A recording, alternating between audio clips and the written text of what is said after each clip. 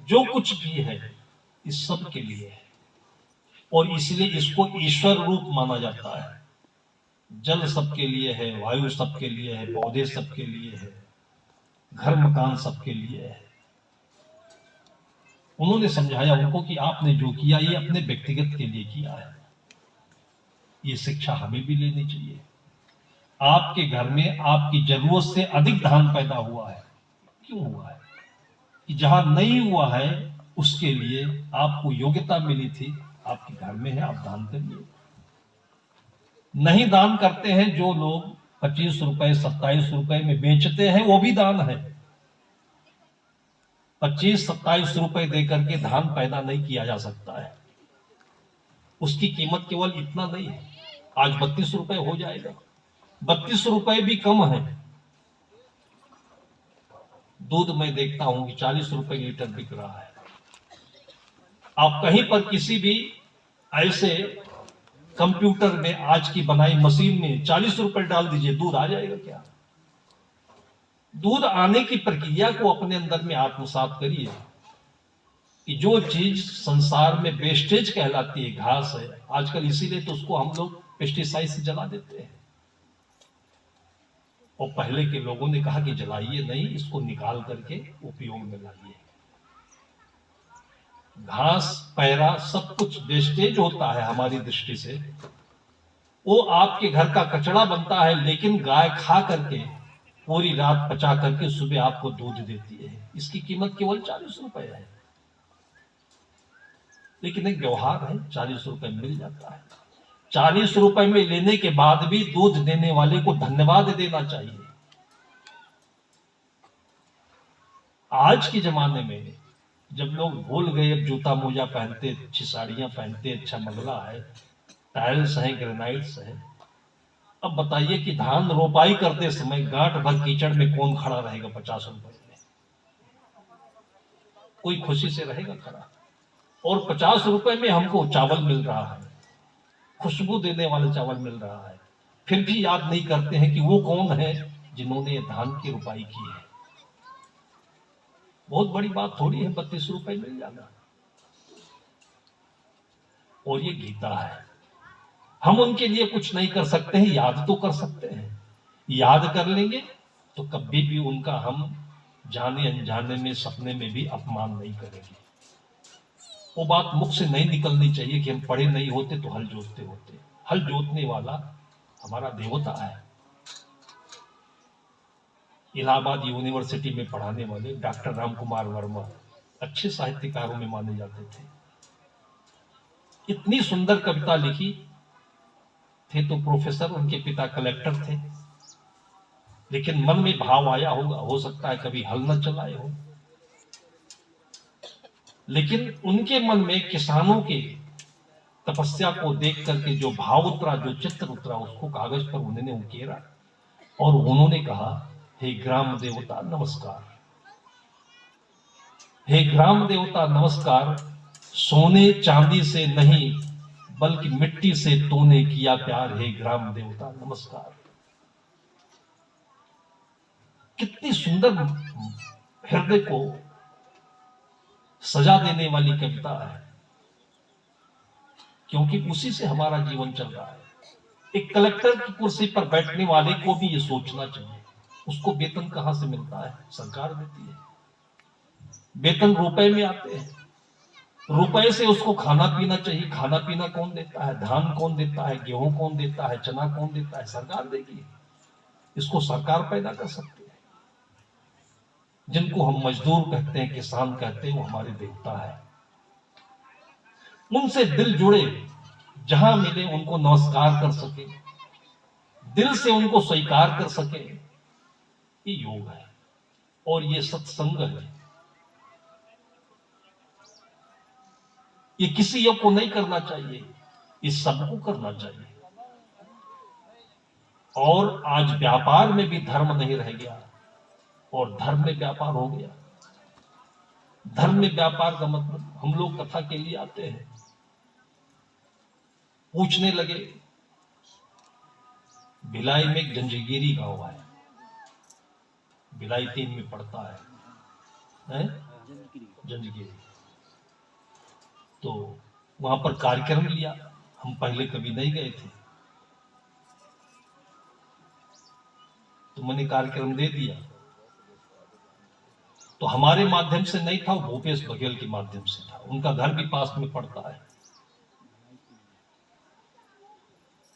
वो हमसे नहीं पूछ सके, उनसे पूछ रहे थे कि जो महाराज जी आ रहे हैं ये आंगन छोड़ाई कितना लेते हैं, घर कचराई कितना लेते हैं। मैं पहली बार ये शब्द सुना, अपने साधु जीवन में पहली बार ये वाक्य सुना कि आंगन कचराई क्या होता है, घर छोड़ाई क्या होता है। तो उन्होंने बताया होगा कि हमारे घर पर तो आए थे, ऐसे आए और चले गए, उन्होंने न कुछ मांगा, बस हमारे यहां जलपान किए, बैठे, बातचीत हुई, सत्संग हुआ, चले गए। बात हमारे पास तक पहुंची। फिर मैंने लोगों से मिल करके इसका अर्थ पूछा कि आखिर ये क्या चीज है, आंगन कचराई, घर छोड़ाई। तो कहा कि हमारे पहले 20-30 वर्ष पहले यहां संत बहुत आते थे, महंत लोग आते थे। महंत का मतलब बहुत बड़ी पार्टी, जिसके आगे पीछे 10-20 लोग चलते हो, दुताड़ा भी बजाते हो, सिंहासन भी रखते हो। ये सब योग से दूर होता जा रहा है, सत्संग से दूर होता जा रहा है। अगर संत आए, हवाएं चलने लगे, तब तो ठीक है, योग हो गया। अगर संत आए, पानी बरसने लगे, तब तो चलो ठीक है, पानी की आवश्यकता थी, संत के आने से बरसने लगा। और संत आए, लोग डरने लगे, तो सत्संग कैसे हुआ। डर तो जीवन से दूर होना चाहिए। संत घर में आए तो लगना नहीं चाहिए कोई आया है, लगना नहीं चाहिए कोई आया है। अपना बेटा बाहर से आता है नौकरी से छुट्टी लेकर के, तो लगता है कि कोई आया है। बेटी ससुराल जाती है तो लगता है कोई आया है। उस बेटी को ससुराल में घर देने के लिए, जगह देने के लिए कितनी उतावली, कितनी सजावट होती है। किससे होता है? हृदय से होता है। ये योग है। उस गांव में पहली बार मैंने सुना तो लोगों ने बताया कि जो संत आते थे, महंत लोग आते थे, तो स्वाभाविक रूप से लोग अपने घर आंगन में बैठाना चाहते थे।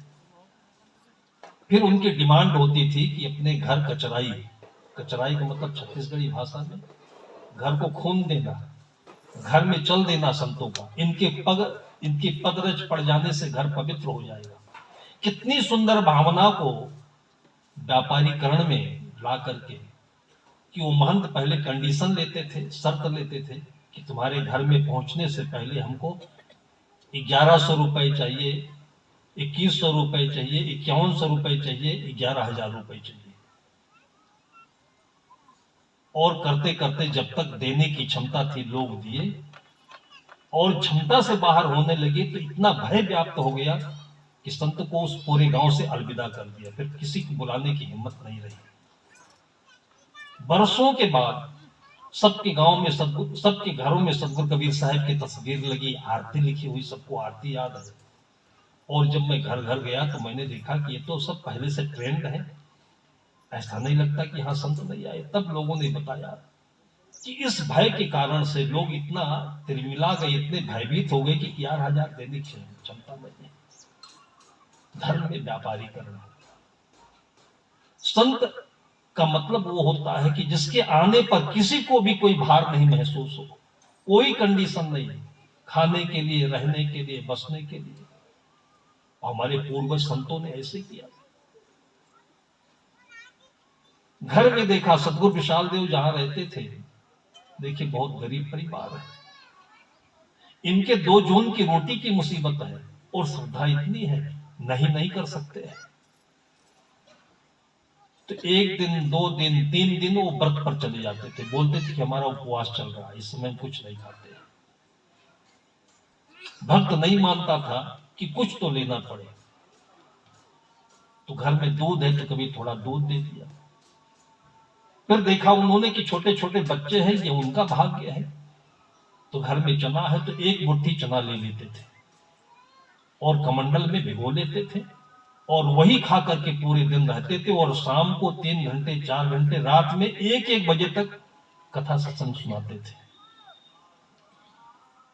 पूरा जीवन ऐसे जिया उन्होंने। घर गांव में तो जगह है कि नहीं, रहे नहीं, वो तो बाग बगीचे में रहते थे, घर गांव में जाकर के लोगों को कथा सुना देते थे।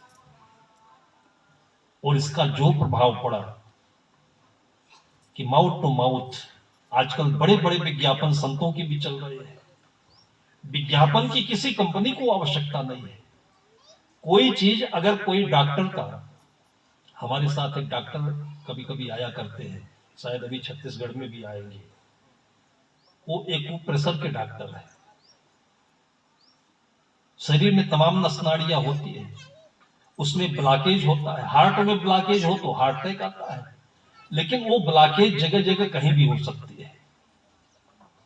जैसे आपकी नाली में ब्लॉकेज हो जाए तो आंगन में पानी भरने लगता है, उबाल आने लगता है।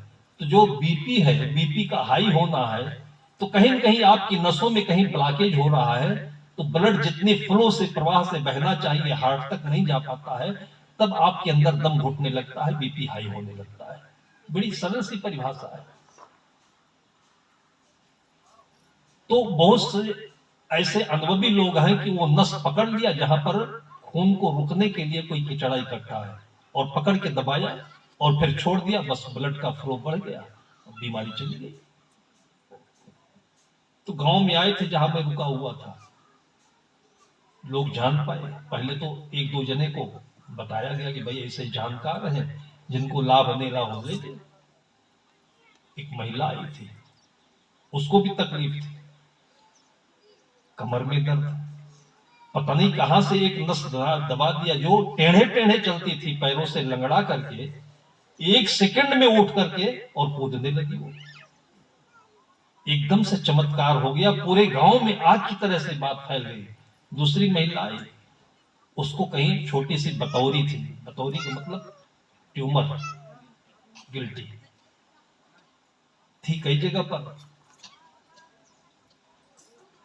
पता नहीं कहां से उन्होंने नस दबा दिया। तो जैसे कांटा लग जाता है तो साइकिल की पहिया की हवा निकल जाती है और पहिया दब जाती है, वो नस दबाते ही 1 सेकंड में जो गिल्टी थी वो फूली हुई, उसकी हवा निकल गई, ऊपर चढ़ गई। और थोड़ी देर में फिर लगभग 3 दिन तक लगातार 8-8 घंटे उन्होंने देखा मरीजों को, और 90% लोग, वही लोग जाकर गांव में बताए कि हाँ ये बहुत चमत्कारिक व्यक्ति है, बस एक नस दबाने से। इसको विज्ञापन नहीं कहते हैं, हमारी भक्ति की भाषा में इसको हमारे गुरु का गुणगान कहते हैं। जो हम प्रार्थना करते हैं, कीर्तन करते हैं, भजन करते हैं, ये सारी चीजें हमारे गुरुदेव की आशीर्वाद का गुणगान है, ईश्वर का गुणगान।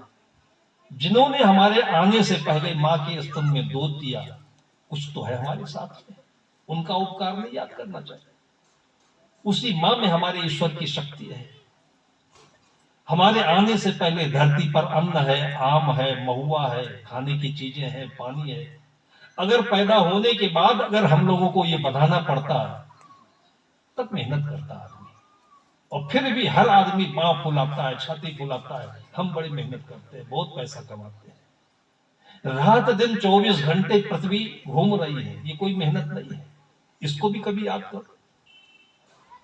जब आपको जरूरत होती है तो बादलें आकर के बौछार डाल जाती है, इसको कभी नहीं याद करते। इसको भी याद करें, हमारे ऋषि मुनियों ने कहा, और तब आपके हृदय में वो सरसता आएगी जिससे सुख और आनंद बरसता है आनंद में। सबको याद करना चाहिए। ईशावास्यमिदं सर्वं यत्किंच जगत्याम जगत, तेन त्यक्तेन भुंजीथा मां गधा कस्मिन् धनम्। सब कुछ धन है, ये केवल कागज का नोट, केवल एक बिस्कुट, केवल सोने के टुकड़े, इसमें एक व्यवहारिक आवश्यकता है, इनका उपयोग किया जा सकता है, धन नहीं है। धन का अर्थ क्या होता है? जोड़, प्लस जिसे कहते हैं। 2 धन 2 बराबर 4, वो धन है। जिसका घर के आने में से पिता पुत्र में, पति पत्नी में, भाई भाई में जोड़ हो जाए, दिल का मिलान हो जाए, उसको धन कहते हैं। है ऐसा कहीं? ये धन ऐसा हो गया है कि आने के बाद में तभी सदगुरु कबीर साहब को कहना पड़ा, ये माया है चोहड़ी, ई माया है चोहड़ी और चोहड़ों की जोए, बाप पोत अरुझाए के संग लगाओ हो। उसको हम धन कहते हैं, उसको धन कहते हैं कि भी देखिए कल परसों में गिना जा रहा है, मशीनें थक गई कहते हैं, कि धन है ये। उधर रुपए गिने जा रहे हैं, उधर उनको हार्ट अटैक पड़ रहा होगा, जोड़ रहा है कुछ, ये आनंद की बरसात कर रहा है। सदगुरु कहते हैं कि माया है चोहड़ी, ये हमारे मन की आसक्ति है, कागज के टुकड़े से जुड़ गया ये। घर में पानी ना हो, घर में फल ना हो, दूध ना हो तो नहीं चलेगा। पूरी दुनिया से केवल नोट को हटा दिया जाए, देखिए सारी समस्या खत्म, केवल नोट को हटा दिया जाए। अभी हमारे लोगों के समय में ही आप लोग भी अनुभव किए होंगे कि कोई घर से अनाज देता था तो वो दूसरा व्यक्ति सब्जी देता था, वो दूध देता था, वो आदमी कारपेंटर का काम कर देता था, होता नहीं था इसे। और इससे आत्मा का आदान प्रदान होता था, सभी लोग एक दूसरे से जुड़ते थे। शादी विवाहों में भी मैंने देखा कि 3-3 दिन की बारातें होती थी, 50 लोग आते थे, कोई भी चीज किराए की नहीं होती थी। आज तो दुर्भाग्य है कि हम लोग भी किराए पर चल रहे हैं, आते जाते कहीं न कहीं हिसाब हो जाता है, ये भी किराए पर होता है। अभी थोड़ी देर हम ज्यादा बोल दें तो उधर से घंटी बजेगी, महाराज जी भोजन का समय हो गया है। थोड़ा सा पहले बंद कर दे तो बोलेंगे नहीं टाइम नहीं हुआ, लगता है हम ठेका लेकर के आए। हम पैसा देकर थोड़ी बोलते हैं, हम सबकी आंखों में देखकर झांक कर बोलते हैं, और जो बोलते हैं कहीं लिखा नहीं होता है, ये हमारे अंदर से आता है। अपनी श्रद्धा से बोलते हैं, अपने लोगों से मिलने के लिए बोलते हैं। ये उपदेश नहीं है, ये हमारी आपकी बातचीत है। दो दिलों के बीच में जो सेतु बनता है, जो पुल बनता है, वो योग है, वो गीता है, वो रामायण है। पैसे के पीछे, पैसा तो स्वाभाविक आएगा, आने के बाद आपके पास वो बुद्धि होनी चाहिए कि इसका हम करेंगे क्या। अगर वो सद्बुद्धि होती तो आज उनका किसी अच्छे में नाम होता।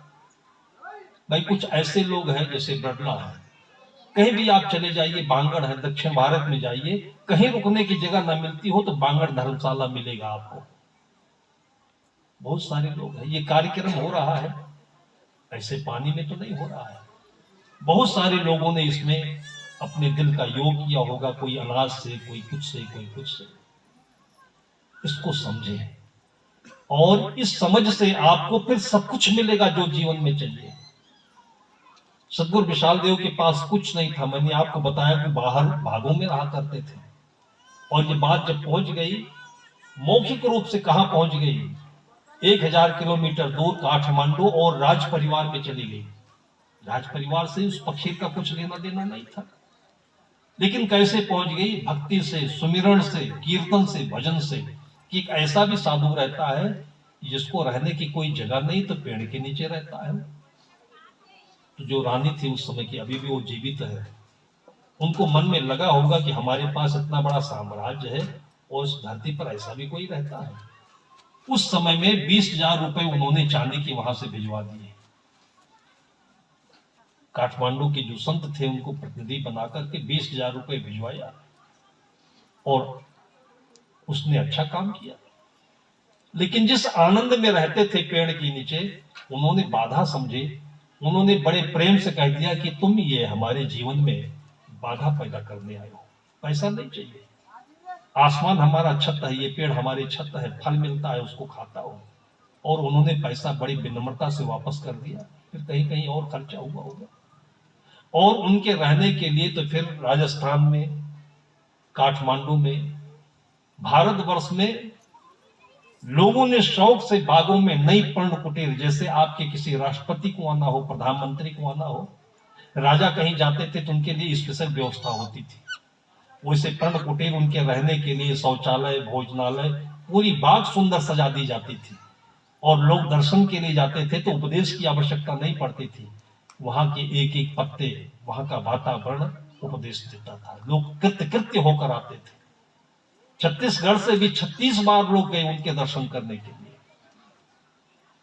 एक सुंदर वातावरण जो हृदय में भक्ति का जन्म देता है, बाहर के भाव को सुंदर बना देता है, उसी में पल करके और उसी शिक्षा संस्कार को पा करके हमारे आपके बच्चे जहां भी होते हैं अपने माता पिता को सिर पर रखकर चलते हैं, लोगों को याद दिला देते हैं कि भाई जिस मां ने इस बेटे को जन्म दिया उस मां को, उसकी पीढ़ी को, पूर्वजों को सत सत नमन है, आशीर्वाद है।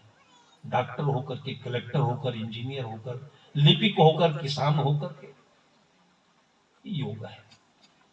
बाकी पैसे की बात, वही काठमांडू में मैंने सुना था, ये माया है चोरी और चुहड़ू की जोए। राज परिवार लोग विलासी हो गए तो धीरे धीरे उनका पतन होने लगा, वो छोड़ करके भारत आ गए थे। तो एक राज दरबार खाली पड़ा हुआ था, वहां पर श्री तीन सरकार कहते थे उनको। प्रधानमंत्री और मंत्रियों की जगह पर जो लोग होते थे उनको भी श्री तीन राजा सरकार कहते थे। तो घर खाली पड़ा हुआ था तो रेड पड़ी ईडी की, उसमें तहसीलदार जाता है, चपरासी भी जाता है, सब टटोलने के लिए कि ये घर में क्या छोड़ करके गया हुआ है। तो जो कुछ होता है वो सब सरकार का होता है, सरकार के खजाने में जमा होता है। ढूंढते ढूंढते एक चपरासी था, वो खजाने में एक हीरा पा गया। हीरा मन को बहुत भाता है, नाम से काम से कुछ नहीं है। अगर आपके कान में दर्द हो और हीरा को कान के पास ले जाइए, दर्द खींच लेगा क्या? पेट में दर्द हो, हीरा चलाइए, खींच लेगा क्या? हीरा तक पहुंच गए लोग। वो चपरासी हीरा पा गया तो इतना मुग्ध हो गया, चलो इसको हम सरकारी खजाने में नहीं जमा करते हैं, वो सदरी में रख लिया अपने और चुरा कर घर ले आया।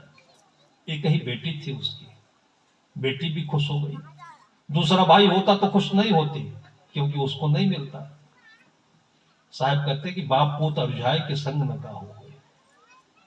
जब से बेटियों को हिस्सा लगा हुआ है, मैंने देखा छत्तीसगढ़ में भी झगड़ा शुरू हो गया है। जहां है वहां भी खाने को मिल रहा है।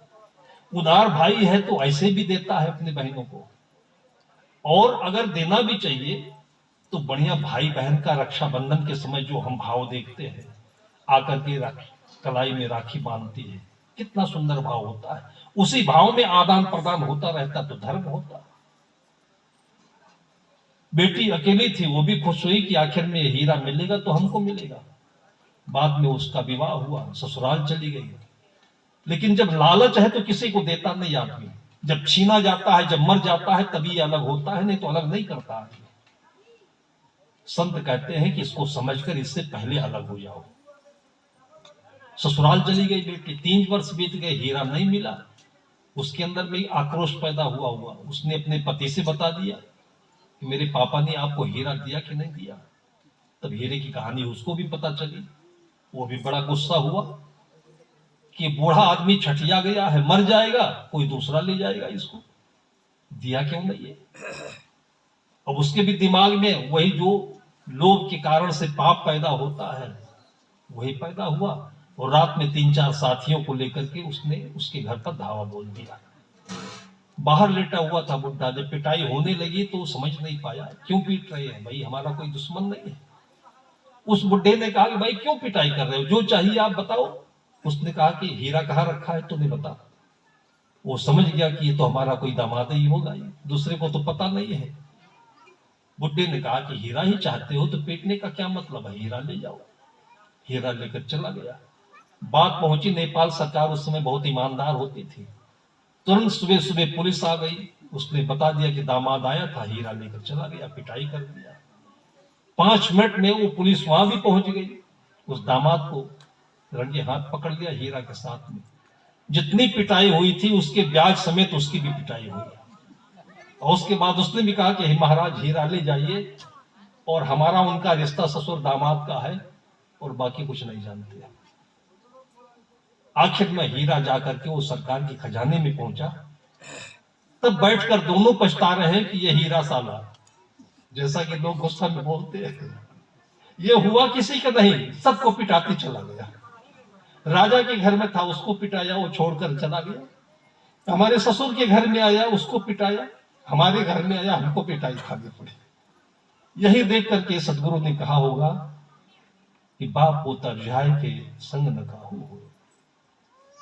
ये चिंतन करने का विषय है, ये सोचने का विषय है। जहां हम लोग ज्योग्राफी पढ़ते हैं, साइंस पढ़ते हैं, फिजिक्स पढ़ते हैं, मैनेजमेंट पढ़ते हैं, एक सब्जेक्ट अपने जीवन की भलाई के लिए इसको भी पढ़े, जिससे जीवन सुंदर हो, सत्य हो, कल्याणमय हो।